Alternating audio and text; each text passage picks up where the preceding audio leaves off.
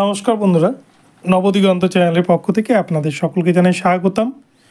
তো বন্ধুরা, এখন আপনাদের সাথে যে আপডেটটি শেয়ার করতে চলেছি সেটি হচ্ছে গত সোমবারের দিন আপনারা জানেন সুপ্রিম কোর্টে কিন্তু প্রধান বিচারপতির কাছে আবার নতুন করে সাবমিশন জমা দিয়েছে স্কুল সার্ভিস কমিশন। শুনানি পর্ব শেষ হয়ে যাওয়ার পরেও সাবমিশন জমা দিয়েছে এসএসসি, এবং সেই সাবমিশনে কিন্তু 15 পাতার যে সাবমিশন, সেই সাবমিশনে গুরুত্বপূর্ণ কিছু তথ্য উল্লেখ করেছে এসএসসি, এবং যে তথ্যের দ্বারাতেই কিন্তু পুরো 19,000 যোগ্য শিক্ষকের প্যানেল কিন্তু বেঁচে যেতে পারে এমনটাই মনে করছেন অনেকে। তো চলুন বিস্তারিত আপডেট দেখে নিই, এবং কী রয়েছে সেই 15 পাতা সাবমিশনে তার বিস্তারিত আপডেট আমরা এই ভিডিওতে দেখে নেব। তবে তার আগে বলি, যারা প্রথমবার চ্যানেলটি দেখছেন আপনারা অবশ্যই চ্যানেলটিকে সাবস্ক্রাইব করে দেবেন। তো চলুন আমরা মূল পর্বে ফিরে যাই এবং বিস্তারিত আপডেট সম্পর্কে জেনে নিই। তো বন্ধুরা, প্রথমেই বলি, শুনানি পর্ব শেষ হয়ে যাওয়ার পর কিন্তু এসএসসি নতুন করে আবার আবেদন জানিয়েছিল।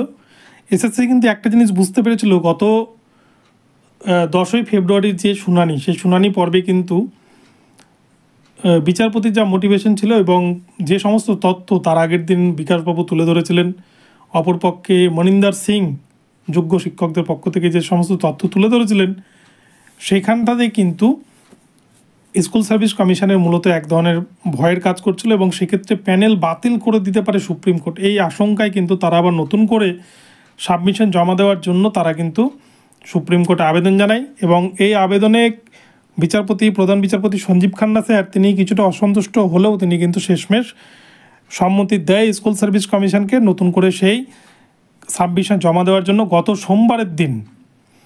গত সোমবার 17 তারিখ এই সাবমিশন কিন্তু সুপ্রিম কোর্টে জমা পড়েছে, এবং সেই সাবমিশনে কিন্তু যে তথ্য উল্লেখ করেছে এসএসসি, এবং সেখানে বিকাশবাবু এবং মনিন্দর সিংয়ের দেওয়া যে তথ্য এবং প্রসেসিংয়ে যে ভুল, যেটা বিকাশবাবু মনিন্দর সিং কোর্টে সাবমিট করেছিলেন, যে তথ্যটি দিয়েছিলেন, সেই যুক্তিকে কিন্তু খণ্ডন করেছেন সেই 15 পাতার সাবমিশনে। এটা কিন্তু এসএসসি তার বিপক্ষে সমস্ত রকমের যুক্তি দেওয়ার চেষ্টা করেছেন, এবং তার সাথে সাথে সেগ্রিগেশন করা সম্ভব এমনটাও জানিয়েছেন।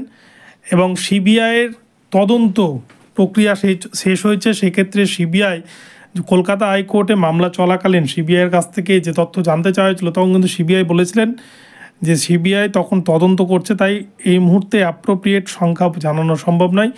কিন্তু এসএসসি জানিয়েছে যে এখন কিন্তু সিবিআইয়ের তদন্ত শেষ হয়েছে এসএসসি মামলায়, তাই সিবিআইয়ের যে লিস্ট, সেই লিস্ট কিন্তু এখন সর্বসমক্ষে চলে এসেছে, তাই সিবিআইয়ের ডেটাটা ধরেই এগোনো যেতে পারে এমনটা কিন্তু এসএসসির তরফ থেকে জানানো হয়েছে।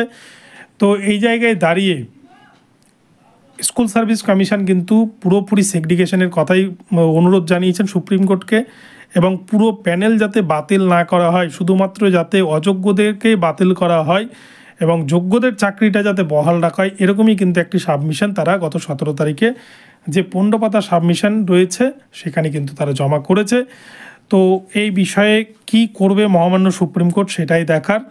তবে আমারও যেটা মনে হচ্ছে, পুরো প্যানেল কিন্তু হয়তো বাতিল করবে না মহামান্য সুপ্রিম কোর্ট, হয়তো যোগ্যদের চাকরিটা কিন্তু বেঁচে যাবে, অপরপক্ষে যাদের দুর্নীতি ধরা পড়েছে তাদের চাকরিটাই হয়তো বাতিল হবে। তো কী রায় ঘোষণা করে সুপ্রিম কোর্ট সেটাই দেখার। তবে পুরো প্যানেল বাতিল হবে না এটা বলাও কিন্তু ভুল, কী রায় হবে, কি হতে পারে সেটা কিন্তু সম্পূর্ণ সুপ্রিম কোর্টের বিচারাধীন বিষয়।